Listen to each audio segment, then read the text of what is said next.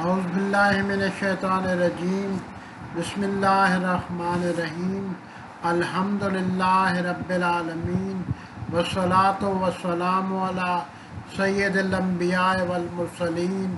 وعلی آلہ الطیبین الطاہرین المعصومین ولعنۃ اللہ علی اعدائہم اجمعین من الآن الی قیام یوم الدین۔ اما بعد، آج کا یہ لیکچر اسفار اربع 4 سفروں کے بارے میں ہے کہ انسان کی معنوی زندگی کے اسلامی فلسفی میں 4 سفر ہوتے ہیں کہ جن کو حکمت مطالعہ میں وہ اسفار اربع کے نام سے یاد کیا جاتا ہے کہ معنوی انسان کہ وہ انسان جو روحانی قدروں پہ یقین رکھتا ہے کہ اس کے لیے پہلا سفر از خلق بسو اللہ کے خلق سے اللہ کی طرف کا سفر ہے، یعنی کثرت سے وحدت کی طرف کا سفر ہے، یعنی اس دنیاوی زندگی سے اللہ کی طرف سفر ہے، اللہ کی طرف متوجہ ہونا ہے، اللہ کی طرف سفر کرنا ہے، ہجرت کرنی ہے، کہ اس کو سفر اول کہتے ہیں۔ اور سفر دوم کہ سفر از حق بسوئے حق کے با حق، کہ یہ سفر جو ہے نا وہ اللہ کے ساتھ ہی ہوتا ہے، کہ اللہ کی ذات و صفات اور اس کا مطالعہ اور اللہ کے ساتھ ہی اس کی معیت میں سفر ہوتا ہے۔ اور تیسرا سفر از حق بسوئے خلق بحق، کہ تیسرا سفر نزولی ہے کہ یہ پہلے سفر کے برعکس ہوتا ہے، اور اس میں مشاہدات ہوتے ہیں آیات الہی کے اور لوگوں کی منفعتوں اور نقصان کے مشاہدات ہوتے ہیں۔ اور چوتھا سفر از خلق بسوئے خلق بحق، کہ یہ وہ لوگوں کے درمیان میں اس شخص کا اللہ کے بندے کے طور پہ متحقق ہونا ہوتا ہے، کہ اس کو اسفار اربع کہتے ہیں، کہ وہ لوگ جو صرف دنیاوی زندگی کے قائل ہیں، جو صرف مادی زندگی کے قائل ہیں، کہ وہ ان سفروں کی معنوی برکات سے محروم ہیں، اور ان کے نزدیک دنیاوی اور مادی زندگی صرف ایک افقی سفر ہے، کہ صرف کثرت کے درمیان سفر ہے، کہ صرف اس دنیا کی چیزوں کو استعمال کرنے کا سفر ہے، کہ دنیا کی ایک چیز استعمال کرنے کے بعد، ایک وقت استعمال کرنے کے بعد، ایک لذت سے فائدہ اٹھا لینے کے بعد دوسری لذت کا فائدہ اٹھانا ہے، ایک کام سے فارغ ہونے کے بعد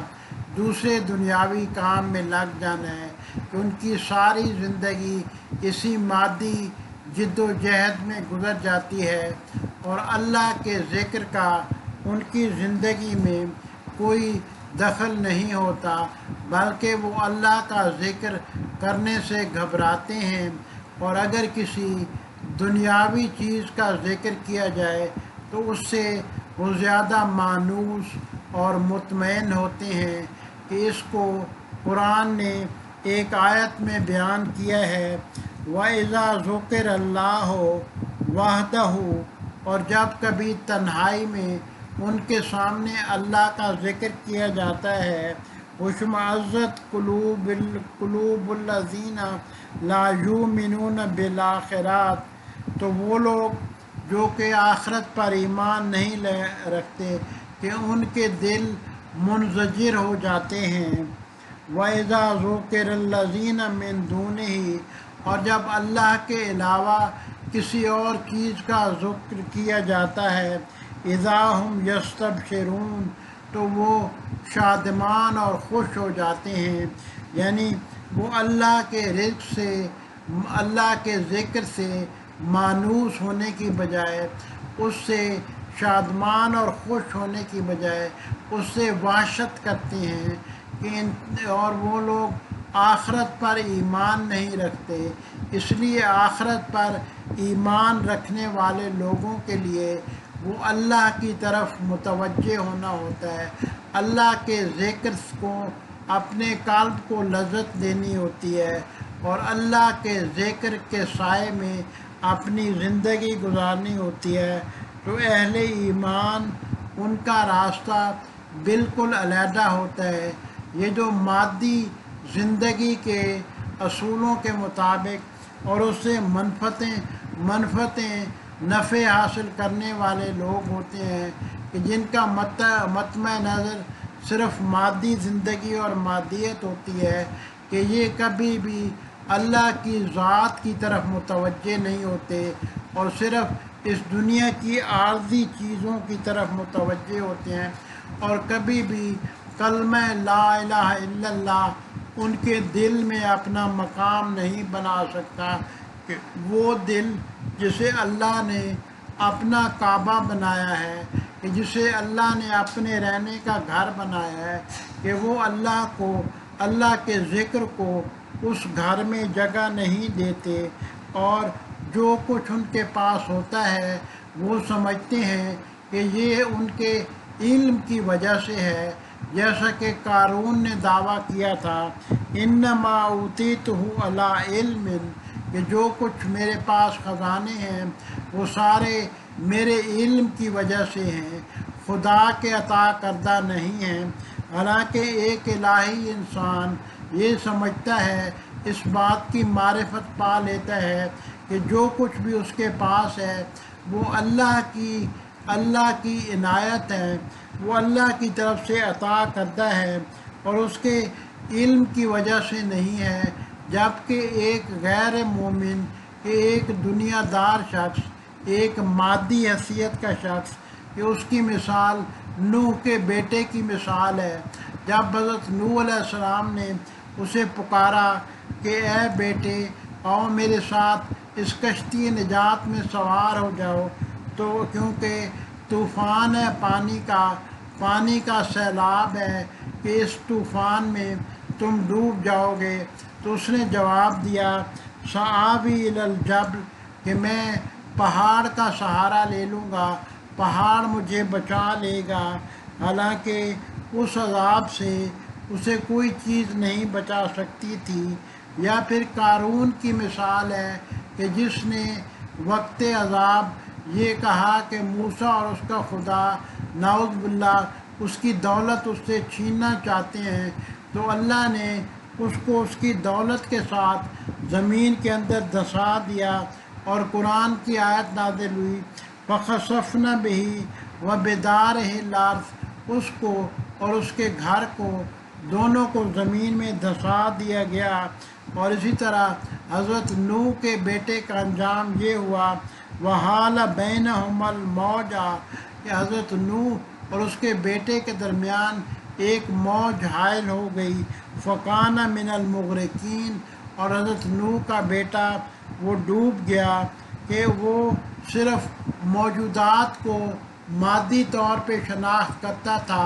اور اسے حضرت نوح کی نبوت نظر نہیں آتی تھی. تو ہر انسان جو کہ موجودات کو صرف مادی طور پہ شناخت کرتا ہے تو اس کی زندگی کا سارا سفر اس کثرت میں گزرتا ہے، اس دنیاوی زندگی کے موجودات کی محبت میں گزرتا ہے، اور وہ وحدت کی طرف، اللہ تعالیٰ کی وحدت کی طرف متوجہ نہیں ہوتا، کہ وہ ہمیشہ ان معلولوں کو دیکھتا ہے اور علت یعنی کاز کی طرف متوجہ نہیں ہوتا کہ یہ موجودات جو ایفیکٹ ہیں جو کہ بنائے گئے ہیں، ان مصنوعات کا تو مشاہدہ کرتا ہے لیکن خالق کی طرف، خالق حقیقی کی طرف متوجہ نہیں ہوتا. حالانکہ حکماں نے یہ بات بیان کی ہے کہ ذوات الاسباب لا تعرف الا باصحابها، کہ جو اسباب کی ذاتیں ہیں کہ وہ اپنے اسباب کے بغیر کہ کاز کے بغیر کہ ذات اسباب جو ہے ان کی معرفت حاصل نہیں کی جا سکتی، ان کو پہچانا نہیں جا سکتا،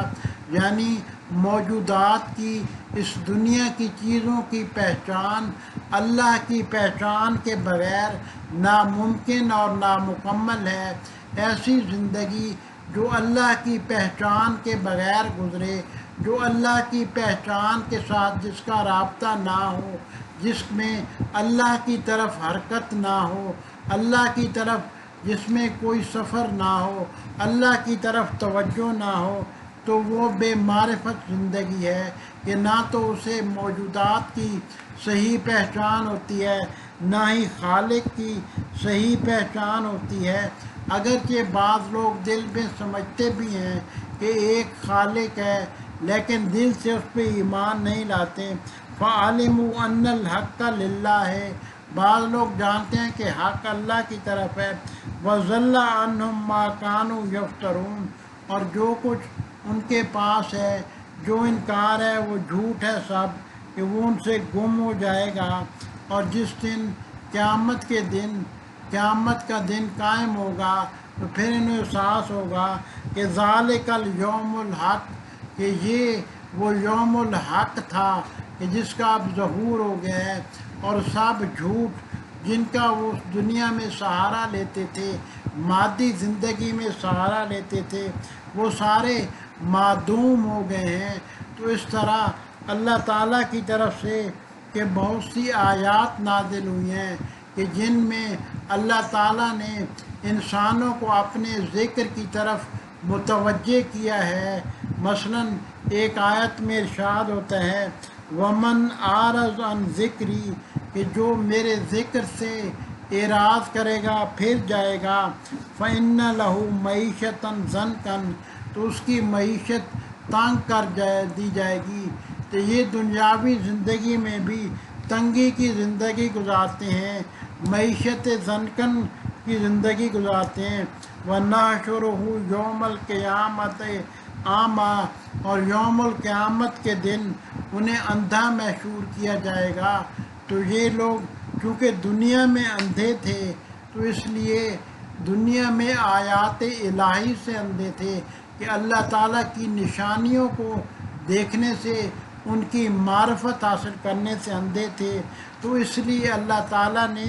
انہیں قیامت میں اندھا محشور کیا ہے۔ کہ ایک شخص کا قرآن میں ذکر ہوتا ہے کہ اسے جب قیامت میں اندھا محشور کیا جائے گا تو وہ اللہ تعالیٰ سے سوال کرے گا کہ یا رب میرے پاس تو دنیا میں آنکھیں تھیں، تو اب آخرت میں مجھے اندھا کیوں محشور کیا گیا؟ تو جواب دیا جائے گا کہ تو دنیا میں ہماری آیات سے اعراض کرتا تھا، ہماری آیات سے اندھا تھا، ہماری یاد کو بھولا ہوا تھا، ہمیں بھولا ہوا تھا، اس لیے آج آخرت میں تجھے آنکھیں عطا ہی نہیں ہوئی، کہ تجھے بھی اسی طرح بھلا دیا گیا جس طرح تو نے ہمیں بھلا دیا تھا۔ اور یہ لوگ آخرت میں اتنے تہی دست ہو جائیں گے کہ نہ تو ان کے پاس کوئی دلیل ہوگی اور نہ کوئی ثواب و مقام ہوگا۔ کہ قرآن کی آیت میں ارشاد ہوتا ہے وَمَنْ يَدْعُ مَعَ اللَّهِ إِلَٰهًا آخَرَ، کہ جو اللہ کے ساتھ کسی اور معبود کو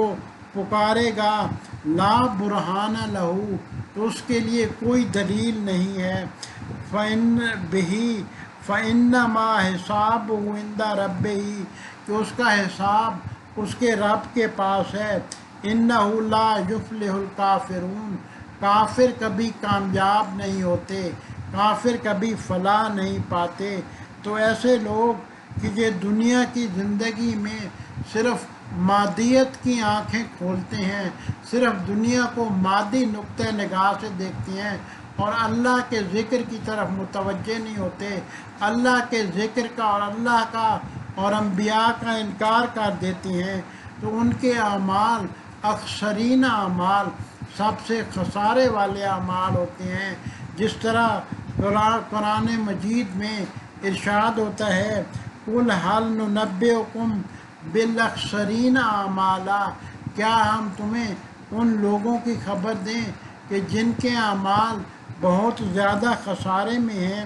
الذین، یہ وہ لوگ ہیں، ضل سعیہم فی الحیات الدنیا، کہ جن کی کوشش اس دنیاوی زندگی میں گمراہ ہو گئی، وہم یحسبون انہم یحسنون صنعا، حالانکہ وہ سمجھ رہے تھے کہ وہ بہت ہی اچھی چیزیں بنا رہے ہیں۔ اولئک الذین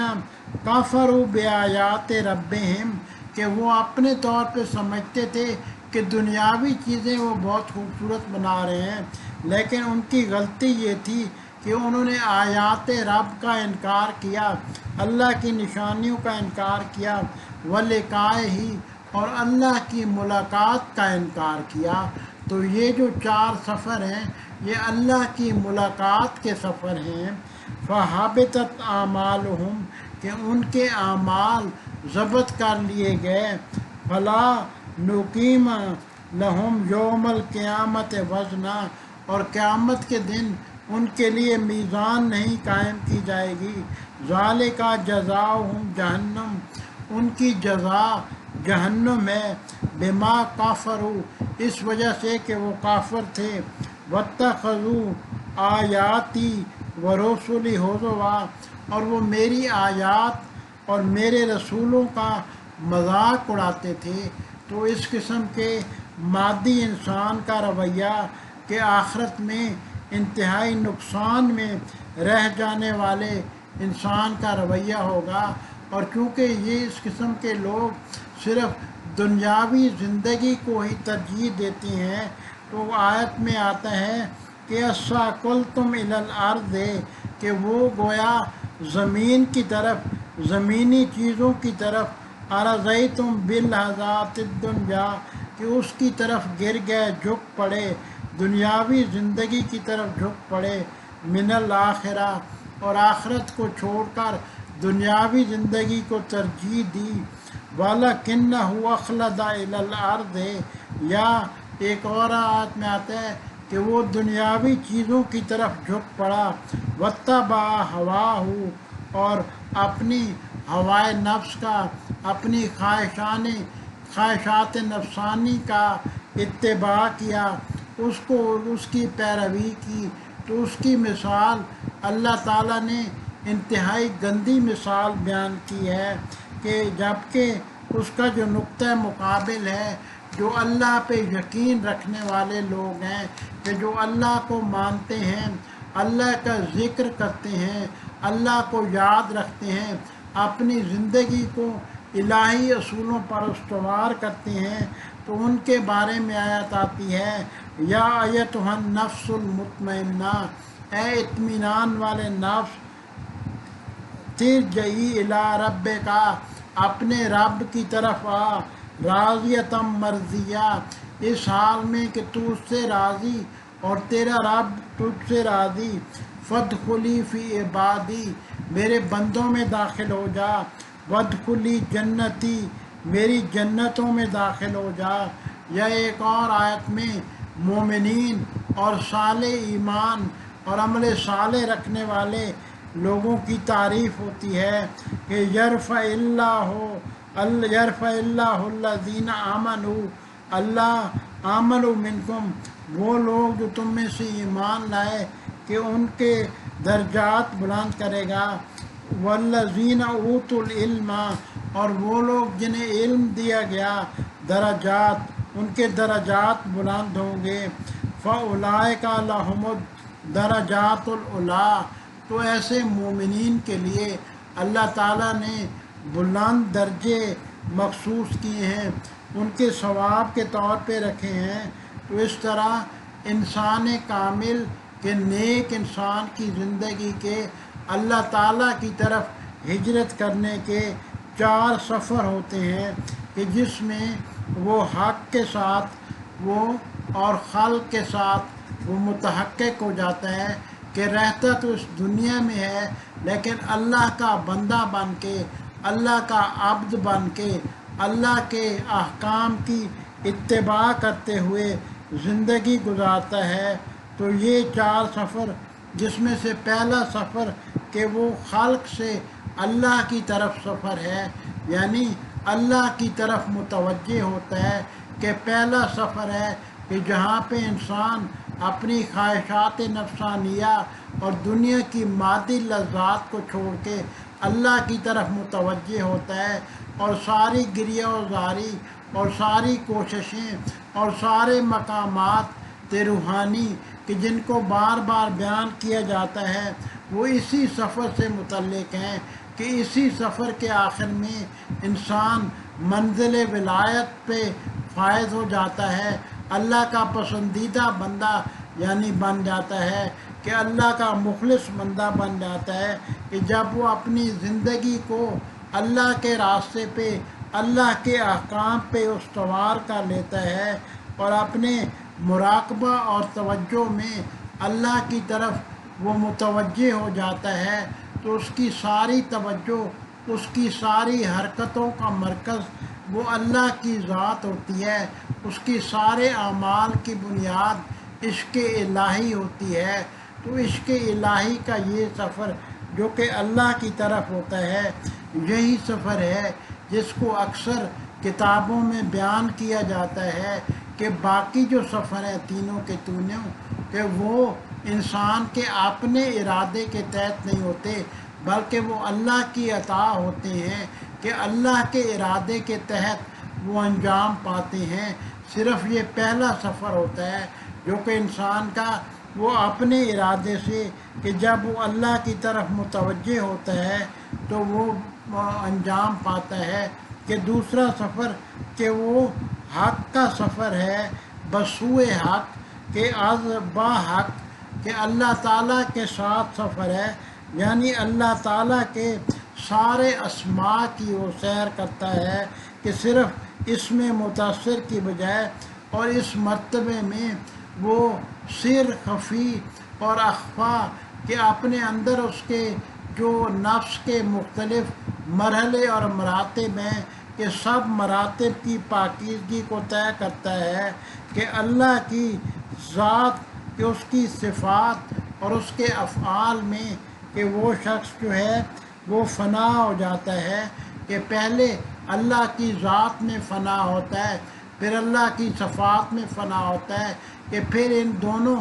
فناؤں کے ساتھ کہ ان دونوں فناؤں سے بھی فنا ہو جاتا ہے۔ تو یہ سفر کہ اللہ کی ذات، صفات اور افعال کے ساتھ اس کے اسماء حسنہ کا جو سفر ہوتا ہے، یہ اللہ کے ارادے اور اس کی خصوصی توفیق سے ہوتا ہے۔ اور اس کے بعد جو سفر سوم ہے کہ وہ حق سے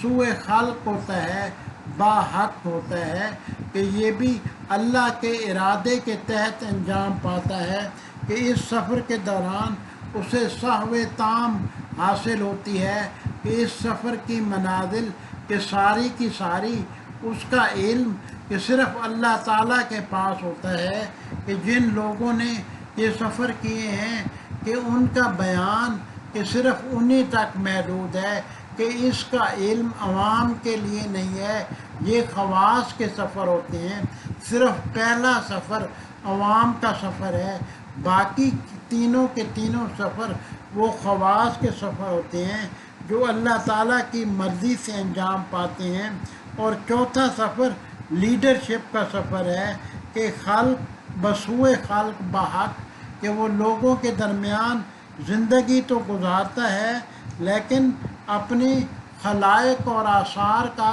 وہ تفصیلی مشاہدہ کرتا ہے اور لوگوں کی رہنمائی کے قابل ہوتا ہے، کہ انہیں اللہ کی طرف متوجہ کرنے کے قابل ہوتا ہے، یعنی اللہ کی طرف متوجہ کرنے کے لیے کہ وہ ہدایت کا امام بن جاتا ہے، وہ ہدایت کا رہنما اور لیڈر بن جاتا ہے۔ اور اس طرح اس کی زندگی کے یہ چار سفر وہ طے ہوتے ہیں، کہ یہ چاروں سفر سارے کے سارے کہ یہ اس کے استکمالی سفر ہوتے ہیں، کہ اس کے کمال کے سفر ہوتے ہیں، کہ ان چاروں سفروں میں کہ اس کا تنزل نہیں ہوتا، یعنی یہ ایک دائرے میں اور خط مستقیم میں ہوتے ہیں، لیکن ہر سفر میں اس کو کمال حاصل ہو رہا ہوتا ہے، حتیٰ کہ وہ اپنی شخصیت کے کمال تام تک پہنچ جاتا ہے، اور جتنی بھی اس کی حرکت ہوتی ہے کہ اس کا محرک، کہ اس حرکت کا محرک وہ ذات خدا اور عشق خدا ہوتا ہے، کہ عشق خدا کی محبت میں وہ ان سفروں میں آگے بڑھتا ہے، اور عشق خدا سے وہ یہ سفر طے کرتا ہے، اور مطلقاً جتنی بھی حرکت ہوتی ہے کہ وہ استکمالی ہوتی ہے، کیونکہ وہ مساوی کی حرکت نہیں ہو سکتی، یا ضعف کی طرف حرکت ہونا وہ ممکن نہیں ہے۔ اگر مساوی کی طرف حرکت ہوگی تو وہ افقی ہوگی، جبکہ یہ سفر عمودی ہیں، یہ سفر انسان کی شخصیت کے ورٹیکل ڈائریکشن میں ہے، ورٹیکل ڈائمنشن میں ہے، کہ عمودی سفر ہے، یعنی وہ اپنے تکامل کی منازل طے کرتے ہیں۔ اور یہ سفر اگرچہ اس کو 4 سفروں میں تقسیم کیا گیا ہے، لیکن بنیادی طور پہ یہ ایک ہی سفر ہے، کہ جو اس کی شخصیت کے، جو اس کی روحانیت کی تکمیل کا سفر ہے۔ اور یہ ایک سفر صرف بیان کی آسانی کے لیے اس کو 4 منزلوں میں بیان کیا گیا ہے، 4 سفروں میں بیان کیا گیا ہے، ورنہ یہ ایک ہی مسلسل سفر ہے جو اللہ کی طرف اس کا ہوتا ہے، کہ اپنے نفس کے گھر کو چھوڑ کے اللہ اور رسول کی طرف اس کی ہجرت ہوتی ہے۔ اس لیے وہ اس سفر میں وحدت اتصالی رکھتا ہے، کہ وحدت شخصی رکھتا ہے، اور اپنا حفظ تشخص کرتا ہے، کہ اس کا تشخص، اس کا نیکی کا تشخص، کہ اس کا کمال حاصل کرنے کا تشخص وہ محفوظ رہتا ہے،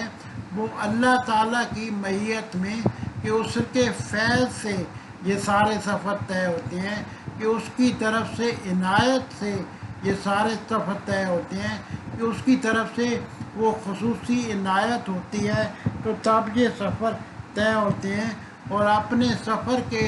انجام پہ وہ اپنی شخصیت کے اوج کمال تک پہنچ جاتا ہے، وہ اپنی شخصیت کی تکمیل کو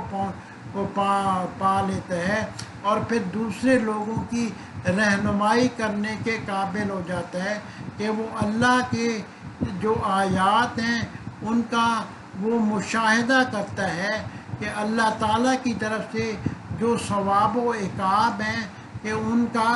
اپنی آنکھوں سے، اپنی روحانی آنکھوں سے، اپنی باطنی آنکھوں سے مشاہدہ کرتا ہے، اور اس کو چشم بینا عطا ہو جاتی ہے، چشم بصیرت عطا ہو جاتی ہے، کہ وہ اپنی اس چشم بصیرت سے، اس مادی زندگی سے آنکھیں اللہ کی طرف، عشق الہی کی طرف، اس کے ذکر کی طرف وہ متوجہ ہو جاتا ہے، اور اس طرح اس کا ہدف زندگی وہ مادی دنیا کی لذات نہیں رہتی، بلکہ لقاء الہی، اللہ کی ملاقات اس کی منزل ہوتی ہے، اللہ کی رحمتیں، برکتیں اور انعام اس پہ نازل ہو جاتے ہیں، وہ اللہ کے پسندیدہ اور مخلص لوگوں میں شمار ہونے لگتا ہے۔ اور یہ الہیات کے سفر ہیں، احدیت کے سفر ہیں، اس کے توحید کے سفر ہیں، کہ وہ صراط توحید پہ وہ اپنی استقامت دکھاتا ہے، صراط توحید پہ اپنی حرکات اور اپنے سفر کو طے کرتا ہے، اور اپنی شخصیت کی تکمیل کی طرف وہ بڑھتا ہے۔ تو جو تقسیم سفر ہے کہ یہ صرف بیان کے لیے ہے، ورنہ اتحاد سالک و مسلک ہے، کہ مسلک بھی اتحاد میں ہے اور سالک بھی اتحاد میں ہے، اور اتحاد اس مسلک و مقصد ہے کہ اس کے مقصد کا اتحاد بھی ہوتا ہے، اور اس میں کہ جو زمان ہے، زمان کی بھی قید نہیں ہے اور مکان کی بھی قید نہیں ہے، کہ یہ اس کے نفس کے مراتب، کہ اس کے دل کے، اس کے قلب کے مراتب کے حساب سے ہوتا ہے، کہ وہ اپنے نفس اپنے قلب، اپنی طبع،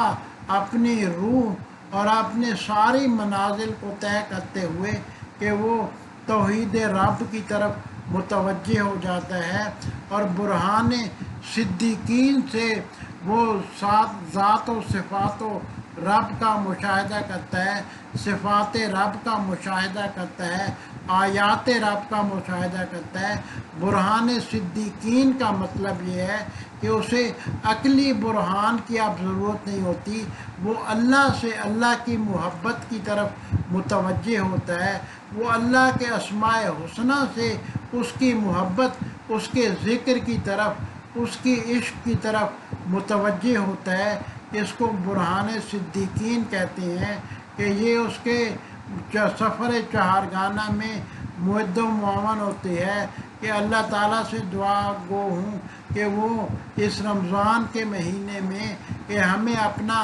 مخلص بندہ بنائے، اور ہماری شخصیت اور ہماری روح کی تکمیل کے لیے کہ جو اس نے الہی راستے قرار دیے ہیں کہ ان راستوں پہ چلنے کی، ان کو طے کرنے کی توفیق عطا کرے، اور ہمیں اپنے پسندیدہ اور مخلص بندوں میں شمار کر لے۔ الحمدللہ رب العالمین۔ اللہم صلی علی محمد وآل محمد۔